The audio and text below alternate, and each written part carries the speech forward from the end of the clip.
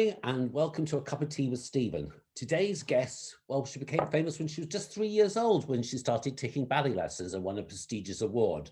School didn't quite fit in for her and she took off to London to study drama. And the rest is really history. Now she's one of stage and film television's treasures. Today I'm joined by someone I love so much. It's Amanda Barrie. Hello, darling. Just got back. Last night, we just got back. We've been locked down in Somerset, and now it was weird coming out of it and coming out of London. Weird.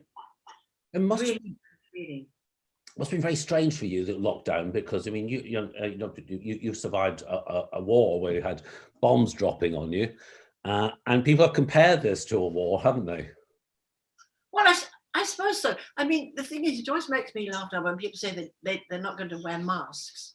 Well, what have you done? They not wear gas masks. Or if the air inside, the man would come around and say, everybody in the shelters, they just say, no, I'm not going in the shelters. I'm just going to stay here outside to get bombed with the rings. No, I think we probably did a bit more as we were told in those days down here. I think we actually did, they told you to do it and you did it. And we queued. Right. Back then, people did as they were told. Now there's always one or two rebels, I suppose. Well, I'm a bit of a rebel, but I wouldn't, not that sort of a rebel. But have you found lockdown? Has it been difficult for you? Do you know, it has been one of the happiest times. I hate to go against the grain, but there was something about, I did speak to other actors about this, because, we do have a love-hate relationship with what we do. Oh, my God. And it was suddenly you went, oh, I don't have to do it. Not the phone is, I'm not exactly saying the phone is ringing off the hook, but, the phone goes when you're an actor and you think, oh, please let it be my agent, but, oh, please don't let them ask me to do a reality show where we have to ski down the side of a mountain. There's always that anxiety, even with acting, saying, oh my God, how long are the speeches? Am I going to be able to learn that? Oh my God, are they going to think I'm the worst? You do live with free-floating anxiety. And the fact that you just went, I'm not working and nobody else is working, and we're all sitting here like on a naughty school children, having said, we've had to close the school for months, so you all got to go home.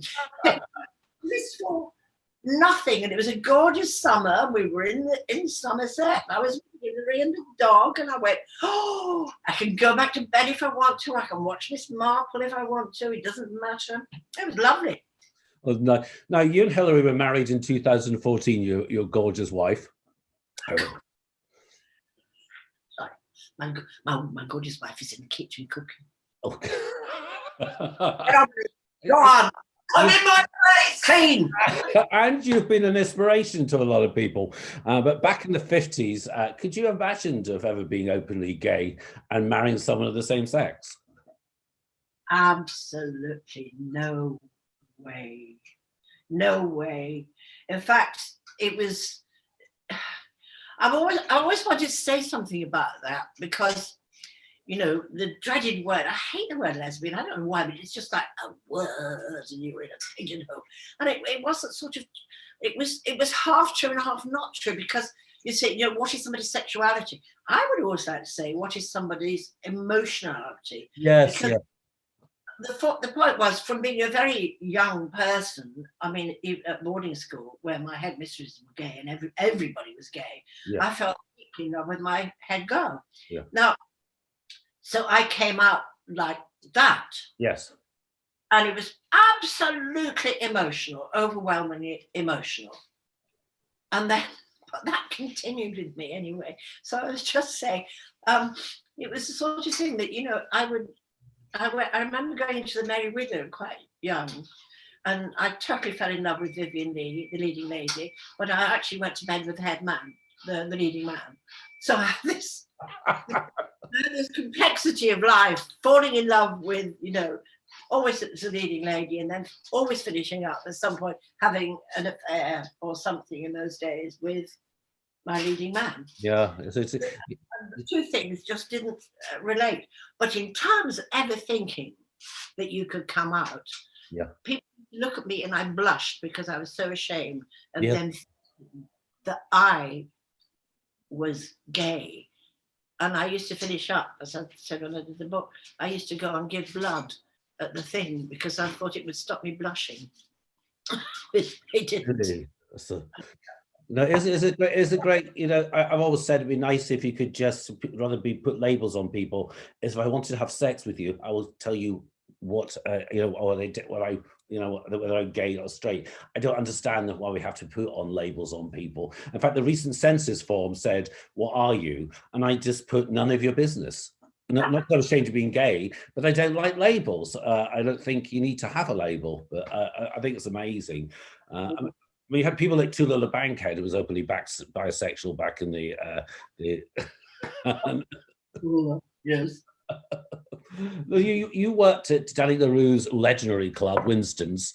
Yeah. I'm sure they're going to make a film about that one of these days. What was it actually like there? Because Princess Margaret went and Everybody went. It was. Even, often when you're young, you don't realise that something is rather amazing. But I did think it was rather amazing, actually, because we didn't used to get there until sort of 11 o'clock at night, and we didn't go on until 12:30. That was if Barbara Windsor got there on time, because she was. And there we were, and we used to dress in the meat safe at the back. I was next to Barbara, and I was sitting there with nothing on, tiny bits of nothing, and they used to come in to get the meat out of the freezer. No. Excuse me, girls, and then the blood would be dripped over tiny little stage, and they were right up against you. And we had the strippers, we had the hostesses. I taught the strippers to do funny strips because we were short of somebody. And Danny was incredible. Danny was one off. And say to me, darling, before you go and learn your ad-libs. Learn your ad-libs, love, before you get out there. People at Princess Margaret. What? People at Princess Margaret went there, didn't she? And but I remember having to sing Swanee in front of Judy Garland. She was there, darling, sitting in front of me. Queen's just down there. And Lionel Blair had done the choreography, and he pinched it for the film. And at the end of it, I went, "Oh, I'm sorry," and ran off. Oh, that's amazing. And Ava Gardner, they were all in there. They all came in. I don't know if you ever watched RuPaul's Drag Race. Yes. And what do you think Danny would have thought about it all? Oh, sweetheart, he would have thought he would have thought they were his children. He'd have thought he invented it. You know what I mean? I don't think he would have.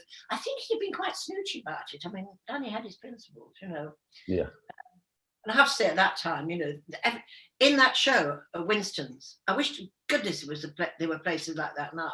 The person that wrote that went to America to write on Brown Blackburn, to write on big sitcoms and everything. We did this relay of reviews, and they were funny. They were outrageous. They were pretty good looking. It wasn't exactly trash. You got Barbara, and Lionel was doing the choreography even back in those days. It looked good.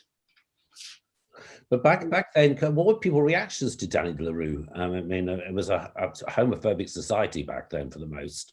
It would have been hard to say what his sex was in a way. Really beautifully. He was so stunning, and everything was immaculate. And he had a very deep voice, as well. And then he all off at the end and come on as a fella. I always thought it was because he wanted to get home quick, but that was his. I remember you saying in one interview that when you used to have to get home, you were going past prostitutes in the street, and because you girls were still dressed up, people thought you were ladies of the night. Well, yeah, because I lived in Soho, and I only lived sort of like across the road and down the street in 3-inch heels and a miniskirt. There was a belt, 4-inch eyelashes, trying not to fall over. Full makeup off stage and mincing home at about 4 o'clock in the morning. Barbara and I both did it. And the prostitutes, honest to God, you say, "You're right, Amanda. You're right. You're wrong with you.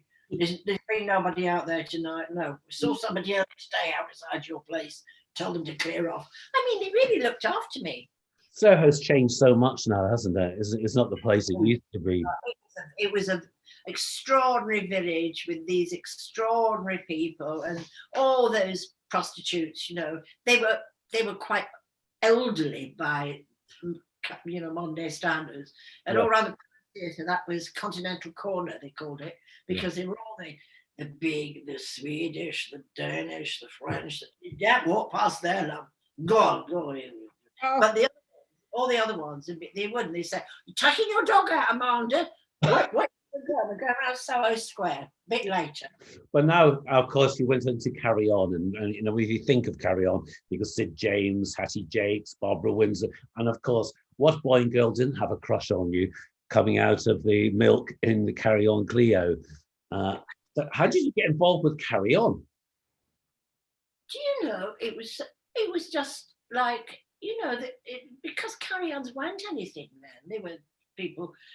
I think my agent rang up and said, "Yeah, you going to play Cleo and Carry On Cleo," because I'd done Cabby and I'd done quite a lot of little films for that group. So they just asked me to do it, and I found myself there doing it. But it coincided with the same day that I was opening She Loves Me in the West End. that was a bit of a shock. Agents got the date wrong. But it was an amazing, and it was a little world, Carry-Ons. Yeah. It was, Can you imagine them making them today? They wouldn't get away with it, would they? Well, do you know what? I never thought at all about the sort of the modern day thoughts on how you should or not treat women, and yet I did see one. Cleo doesn't really come into it so much. Cleo's not as bad. But I saw one the other day and I decided to watch it because a lot of my dead friends were in it. It was outrageous the way they treated them. Absolutely. So, I mean, you'd never get away with it now. Now, you've reinvented yourself. You've been reinvented quite a number of times with the army of new fans. If you went in Coronation Street, Bad Girls, and one of your roles I adore, which is Benidorm, Psychic Sue. Did you enjoy playing that?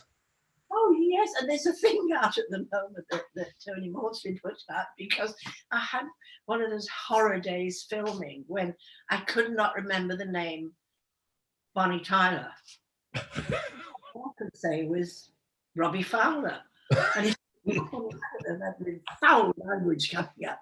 And they were hysterical. I could not remember. I just had one of those days. A lot of laughs and a lot of mates there. I was going to say, you looked as though you were having a good time. It was.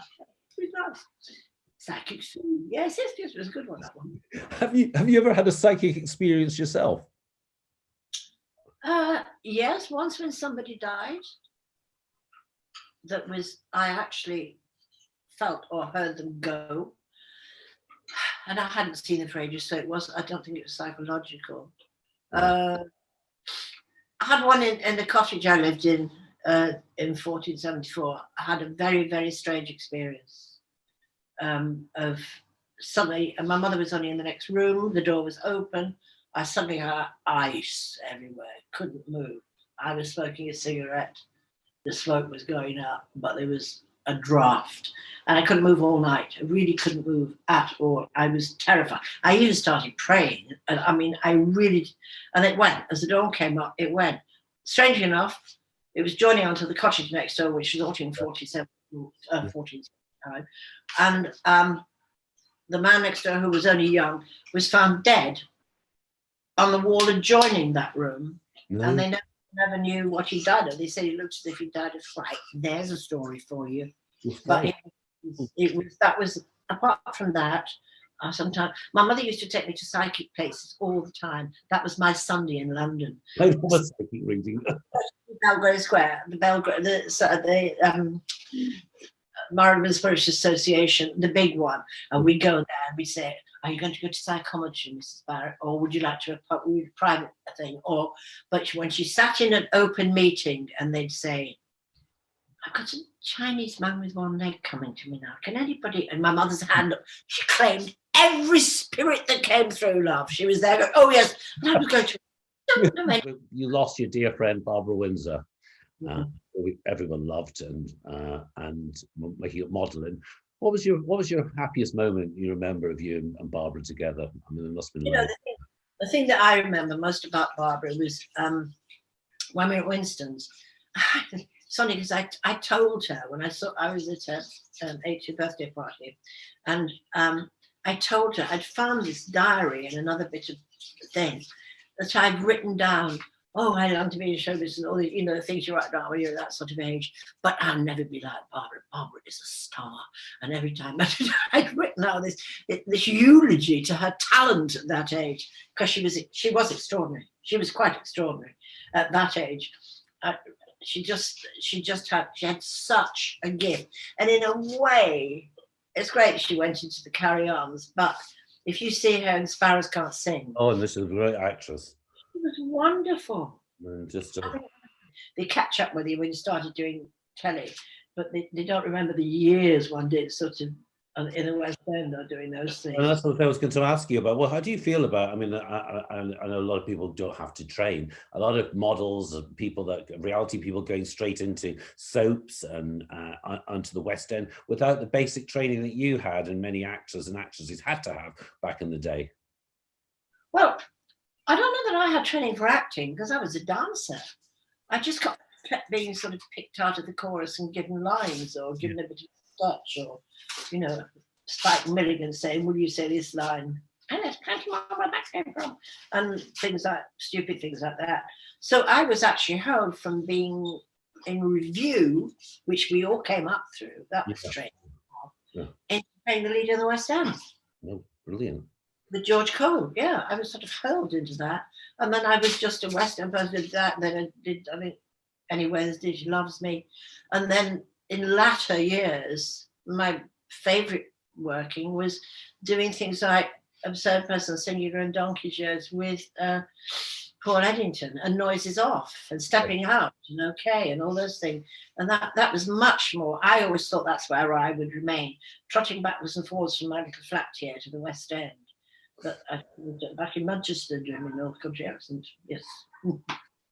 What's your favourite role been over the years, if you had to do one again? Do you know, one of my favourite roles was playing Lucy Lockett in Beggar's Opera at Bristol Old Vic. Was it? I really enjoyed that. Yeah, I beat Anna Cartwright. I'm on stage. Oh, it was great. And apart from that, I loved doing OK because it was Gertrude Lawrence's musical and Gershwin and everything. I loved doing that. But I think probably it was that little period I had doing sort of a bit of Acheborn, a bit of Frayne, you know, and with wonderful people. You know, when I see Paul Eddington now and I see him, I kind of go, oh my God, we were sort of nose to nose for a couple of years, actually. It was like a